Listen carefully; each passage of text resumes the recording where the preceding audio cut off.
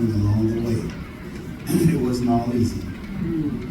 God knows I've had some difficult times.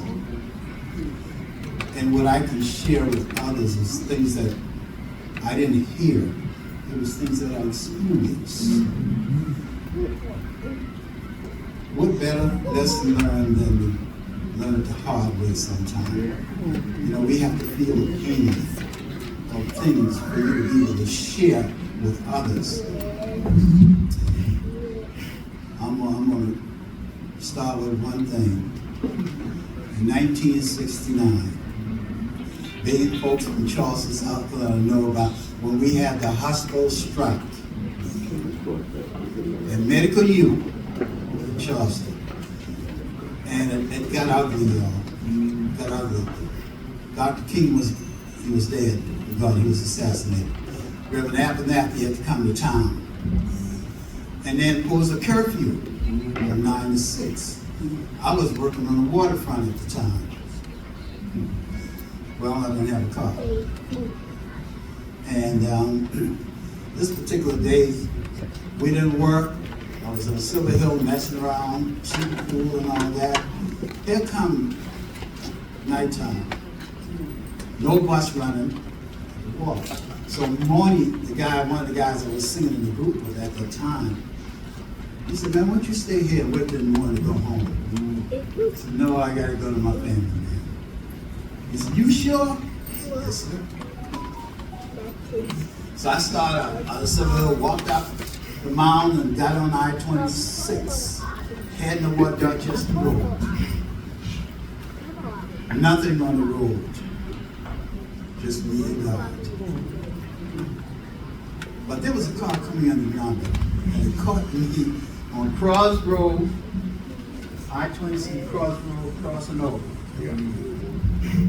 Right in the top, bang, right there in the middle of the stand. Car pulled in front of me. Guy jumped out in front of me. The driver jumped and came up behind me. Where you going, boy? I said, I'm going home. So get in the car. And I looked like this, I wanted to run, but I'm on top of the bridge. Nowhere to run. One behind me, one in front of me. If I jump off the bridge, I will kill myself. I'm gonna fast forward this. I got in the car. When they got to Dorchester Road, I said, you can put me out right here. I said, I live right down this road here. Bam! Peeled me off my face. I said, what did I do? What did I do? Shut up, boy! On my face again. Boy, you better get on your knees, you better pray. Because you won't see nothing on this side no more. We're gonna kill you and feed you to the fish. Because you're one of those boys who's starting all this mess down here. Well, took me all the way to Mounts Corner, Highway 17. At that time, no road, nothing on the road. 17 to 8, it was dark, y'all. Back in 69, there was no light. Dark. I said dark, dark. So, you stop the car somewhere on 17, 8. And I got beat, y'all. They were pretty beat, but it never knocked me out. It was God in the world. But in the meantime, while I was praying down there, I was feeling for my hook and my duffel bag. It never took me back. God's plan was working. I finally found my hook. And I normally that's the last thing I always put in my bag, was my hook. It's always on the top. But this time it was on the bottom. So somebody was going to the bag while we were down there, searching for whatever. And I found my hook. And when I turned around, you see that, I put it between my legs. And that time, man peeled off on me again, but God didn't allow me to move. Didn't allow me to move. But when we stop on that road,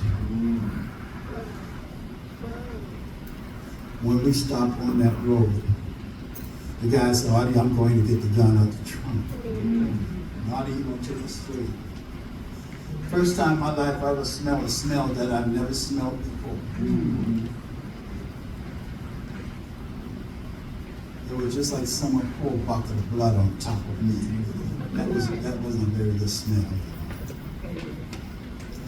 Artie did this, and he got out the car to go back to get the trunk. I never allowed him to get in the trunk. I hit Artie with that hook. I pull it, it just tear like you tearing a burlap bag. You know, he's squealing like a pig. And this guy here, he come back, jump back. What's going on? And it was on, y'all. God gave me the strength to fight these two guys off in the car.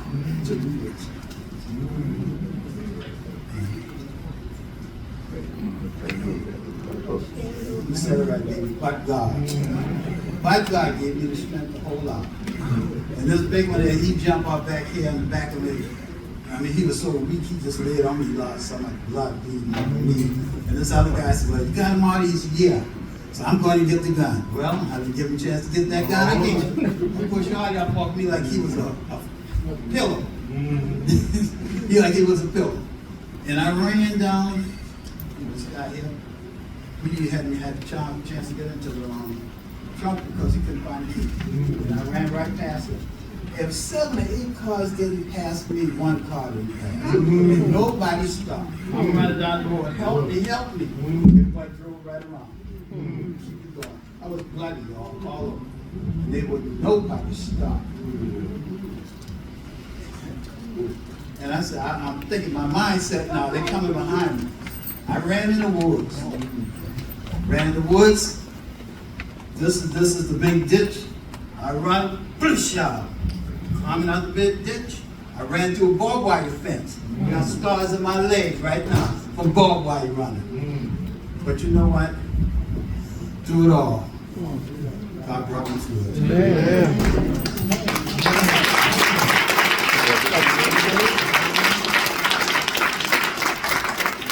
You know what? That's not. But I find the highway patrol picked me up on 26 and brought me to Charleston, then to the emergency room. And about 6:30 that morning, they came on, the detective was taking me home. They got the guys. First time I ever want to kill anybody, physically kill someone. Yes, I had that thought, but God didn't allow it to happen. Didn't allow it to happen. So, God had more work for me to do. When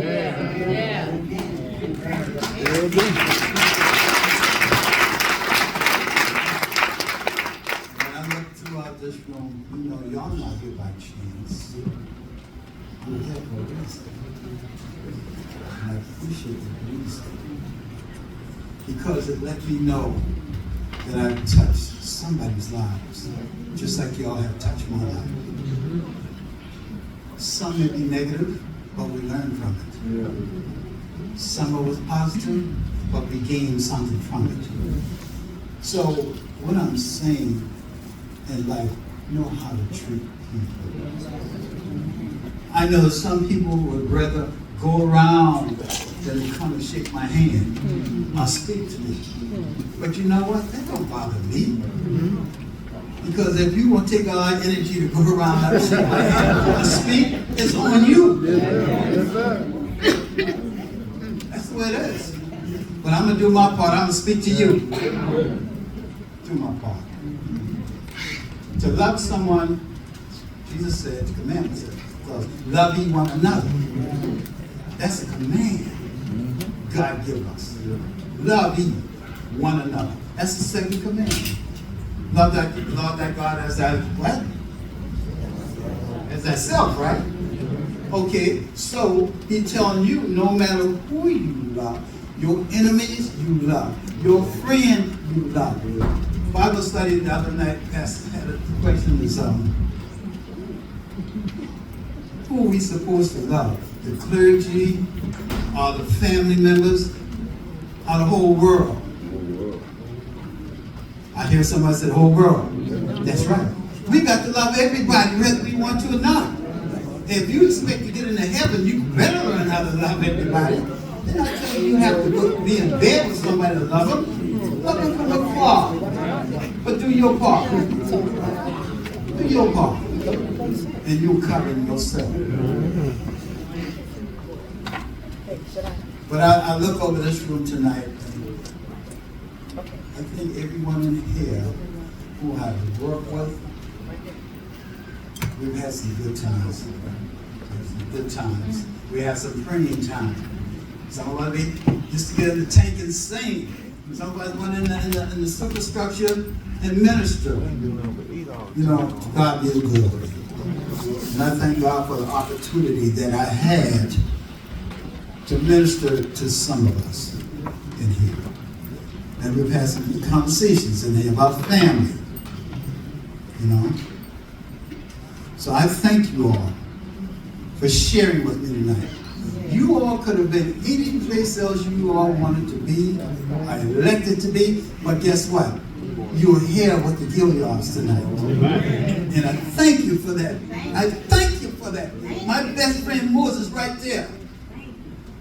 His daughter and his son-in-law made it possible to bring him here. That's my best friend. We've had our ups and our downs, but God knows we still remain or have that relationship with one another. And he's blind. But God knows we've had some good times. And he's always been a protector for me. Always have been a protector for me. He's the brother that I never had. When his brother Billy died when we were younger, me and Moses got closer. And his sister Barbara. He loved me more than anyone else in this room. That guy right there. That's a good man right there. Yeah. Not telling you what I think of just because he's my friend. You know, that's a good man right there.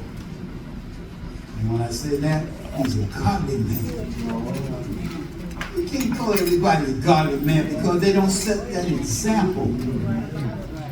We say we saved, but do we bear that fruit? You're not judging nobody, but you look at the fruit they bear. That'll tell you what they are. You know? So I thank God for each and every one of you in here tonight. And I hope that you, when I turn back over to Pastor Hannah, I hope and y'all can get a few dances in. There's a time and a season for everyone. There's a time and a season for all things. Tonight is a celebration time. Thank you all for the celebration. Thank you, mothers. Happy Mother's Day to every mother that's in the room. Every grandmother's in the room. Every great-grandmother that's in the room. God bless you all and heaven smile upon you. Because mothers, you can't be the mother. You can't be the mother. You only gonna have one mother in your lifetime. And when you don't have that mother, you look for a replacement. Guess what? Ain't one. But you look at someone and say, you know, she fits the description of my mother. She fits the quality of my mother. So let's, and especially express the mothers that came out tonight. I mean, in our church, the church mothers. I thank them for coming out. God bless you and have a smile upon you. And those who came near and far. We got a young man came from New York. Cousin came from Atlanta. We got quite a few people from Charleston, Florida. I mean, hey, all over. So you make me feel good as I look across this room. You see some smiling faces. And you know, and I'm going to close with this. Some people are a little upset with me. But you know, I wanted to just invite close friends and people that I work with. Reason being, that's my extended family, who I work with for 20 and 30 years. We felt each other's pain. We saw each other every day. We know when you're down. We know when you're up. We know when you're hurting inside, when you're joy. And we know it. Because why?